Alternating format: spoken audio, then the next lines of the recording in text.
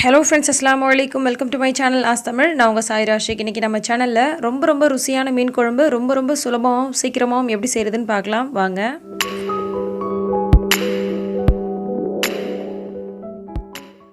நிறைய பேர் நிறைய விதமாக மீன் குழம்பு செய்வாங்க. அதில் இது ஒரு முறைங்க. இதில் பார்த்திங்கன்னா அதிகப்படியான வேலை கிடையாது. ஆனால் ரொம்ப சூப்பராக ரொம்ப சுவையாக இருக்கும். இப்போது ஒரு 4 வெங்காயத்தை கட் பண்ணி வச்சுருக்கேன், அதை ஒரு ஜாரில் சேர்த்துக்கிறேன்.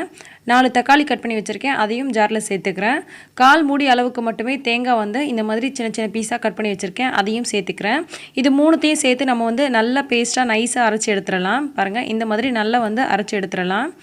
இப்போ இது கூட ஒரு 10 அல்லது 15 பல் பூண்டு சேர்த்துக்கலாம். நம்ம வெங்காயம் தக்காளி கூடவே பூண்டை சேர்த்து அரைக்கக்கூடாது, அதோட டேஸ்ட் ரொம்ப சூப்பராக இருக்காது. பூண்டு சேர்த்துட்டு 1/2 டீஸ்பூன் அளவுக்கு மஞ்சள் தூள், 1 டீஸ்பூன் அளவுக்கு மிளகாய்த்தூள் உங்கள் காரத்துக்கு ஏற்ற மாதிரி சேர்த்துக்கோங்க. 1 டேபிள் ஸ்பூன் அளவுக்கு மல்லித்தூள் அல்லது குழம்பு மிளகாய் பொடி இருந்துச்சுன்னா சேர்த்துக்கோங்க. தேவையான அளவுக்கு உப்பு சேர்த்துக்கலாம்.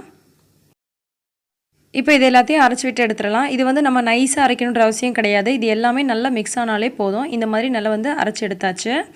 இப்போ இதை ஒரு பெரிய பவுலில் நான் மாற்றிக்கிறேன். இது கூடவே நம்ம புளியையும் கரைச்சி விட்டு ஊற்றிடலாம். ஒரு எலுமிச்சைப்பழ அளவுக்கு புளி ஊற வச்சுருந்தேன், அதையும் நான் இது கூட கரைச்சி விட்டு ஊற்றிக்கிறேன். மீன் குழம்பு பொறுத்த வரைக்கும் புளிப்பு ரொம்ப கம்மியாக இருந்தாலும் நல்லா இருக்காது, புளிப்பு ரொம்ப ஜாஸ்தியாகிட்டாலும் நல்லா இருக்காது. ஸோ தேவையான அளவுக்கு பார்த்துட்டு சேர்த்துக்கோங்க. இப்போ இது எல்லாத்தையும் நல்லா கலந்து விட்டுக்கலாம். இப்போ நமக்கு குழம்புக்கு தேவையானது ரெடி ஆகிடுச்சு.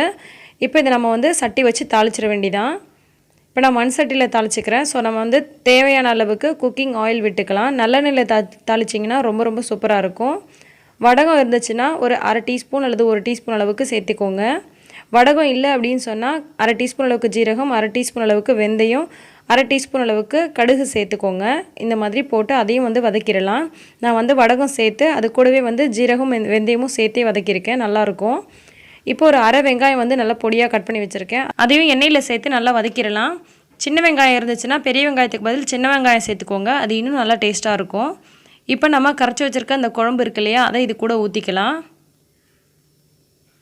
இது ரொம்ப ஈஸியான மெத்தடுங்க. நம்ம வதக்கி அரைக்கணும் அந்த மாதிரி அவசியம்லாம் கிடையாது. நம்ம என்ன பொருள் சேர்க்குறோமோ அதை நல்லா அரைச்சி எடுத்துருக்கோம்.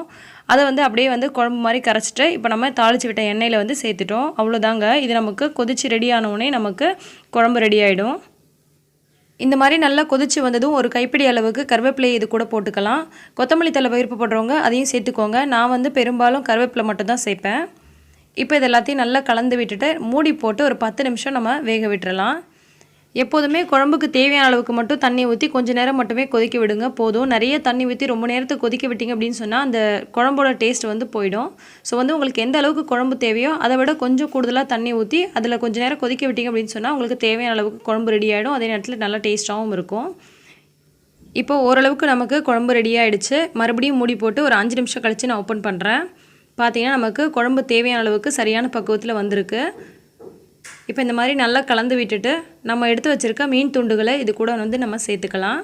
நான் இன்றைக்கி 1/2 கிலோ அளவுக்கு வவ்வால் மீன் எடுத்திருக்கேன். இந்த வவ்வால் மீன் பார்த்திங்கன்னா குழம்புக்கு ரொம்பவே டேஸ்ட்டாக இருக்கும். அதே நேரத்தில் முள் இல்லாமல் சாப்பிட்றதுக்கும் நல்லாயிருக்கும். மீன் குழம்பு பொறுத்த வரைக்கும் ரொம்ப தண்ணியாகவும் இருக்கக்கூடாது, ரொம்ப கெட்டியாகவும் இருக்கக்கூடாது. இதுக்கு நடுவில் ஸ்டேஜில் இருந்துச்சுன்னா சாப்பிட்றதுக்கு ரொம்பவே நல்லாயிருக்கும். இப்போ மீன் துண்டுகளை போட்டுட்டு அது மூழ்கிற மாதிரி நல்லா இதில் அழுத்தி விட்டுருங்க. இப்போ ஒரு மூடி போட்டுட்டு நம்ம ஒரு 3 நிமிஷம் நல்லா சிம்மில் வச்சிடலாம். சிம்மில் வச்சுட்டு ஒரு 3 நிமிஷம் கழித்து நம்ம ஆஃப் பண்ணிவிட்டு ஓப்பன் பண்ணிடலாம். நல்லா சூப்பராக பார்த்திங்கன்னா நல்லா வெந்திருக்கு மீன்.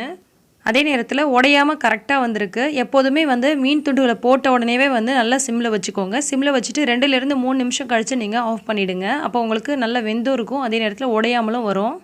நீங்கள் எந்த மீன் வாங்கினாலும் இதே மெத்தட்லேயே செய்யலாங்க. ரொம்பவே சூப்பராக இருக்கும், ரொம்ப ஈஸியாகவும் செஞ்சிடலாம். இந்த வீடியோ உங்களுக்கு பிடிச்சிருக்கும், யூஸ்ஃபுல்லாக இருக்கும்னு நினைக்கிறேன். பிடிச்சிருந்தால் லைக் பண்ணி மற்றவங்களுக்கும் ஷேர் பண்ணுங்கள். மறக்காமல் நம்ம ஆஸ் தமிழ் சேனலை சப்ஸ்கிரைப் பண்ணிக்கோங்க. எல்லா புகழும் இறைவனுக்கே. நன்றி.